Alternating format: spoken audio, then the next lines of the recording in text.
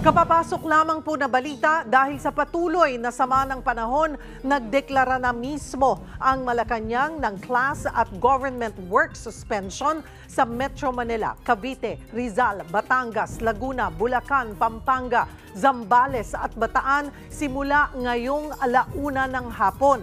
Nakataas ngayon ang orange rainfall warning sa naturang mga lugar bunsod ng hanging habagat.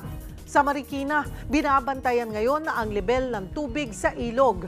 Para sa update, live na magbabalita si Ivan Tarinque. Ivan, kumusta ang lebel ng tubig dyan?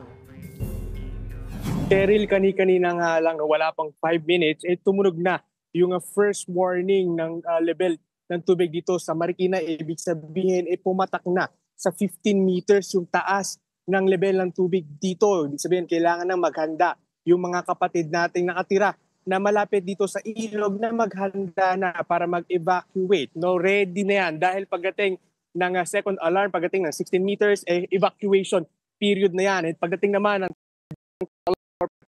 18 meters, forced evacuation na yung mangyayari. Kanina habang naglilibot tayo dito sa Marikina, may mga nakita rin tayong mga ilang daanan na talagang gutter deep na rin yung taas ng tubig dahil kaya yung ibang sasakyan nag-aalangan na dumaan kaya medyo bumagal yung daloy ng trapiko dito sa Marikina. Cheryl? Sabi mo nga ay nasa first alarm pa lamang naman. 15 meters ba, Ivan, yung level ngayon ng tubig? Tama ka dyan, Cheryl. No? 15 meters first alarm. Pagdating ng 16 meters, dyan natutunog yung second alarm. Ibig sabihin ay mag-evacuate na or kailangan na mag-evacuate yung mga residenteng nakatira malapit dito sa ilog, and pagdating ng 17 or 18 meters, forced evacuation na. Yung mga miyembro ng Marikina LGU susunduin na sa kanya-kanyang mga bahay itong mga residenteng nakatira dito at talagang ililikas na sila sa kanya-kanyang mga evacuation center. Cheryl? Pero Ivan, simula nung pumunta ka dyan kanina, ano ba ang obserbasyon mo? Patuloy pa rin ba talaga yung pagtaas ng tubig?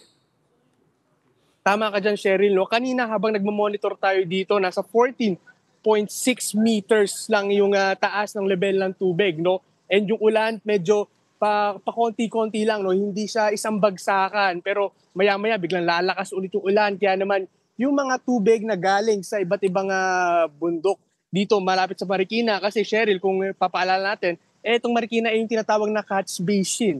No? Ibig sabihin, yung mga tubig na galing sa bundok ng Rodriguez Rizal, dito babagsak. Kaya naman makikita natin yung talagang yung tubig kulay putik na, no, tsokolate na nga kung titignan. So kaya patuloy na lumalakas yung ulan dito at sa ibang parte malapit sa Marikina talagang tutuloy-tuloy yung pag-angat ng tubig dito. Cheryl? So you're saying, Ivan, ay magmula nung dumating ka kanina ay umabot na ng halos 0.5 meters yung itinaas. So ngayon ba may mga nakita ka ng mga residente na handa nang lumikas or meron nang naniguro at pumunta na sa mga evacuation center? Cheryl, sa ngayon wala pa tayong nakikita mga residente nga lumilikas, no? Pero nga ayon sa ating sa LGU handa naman silang tumanggap ng mga residente para sa mga magpi-preempt evacuation. No? Isa yan dun sa kanilang prevention, no? Dahil nga tuwing babagyo, tuwing lalakas yung ulan dito, yung ibang residente kasi talaga, Cheryl, makulit. Ayaw talagang lumikas ng kanilang mga bahay. Kaya naman yung iba, pagdating pa nung third na warning, saka pa lang talaga aalis ng kanilang mga bahay. Cheryl? Maraming salamat at mag-iingat kayo dyan, Ivan Tarinque.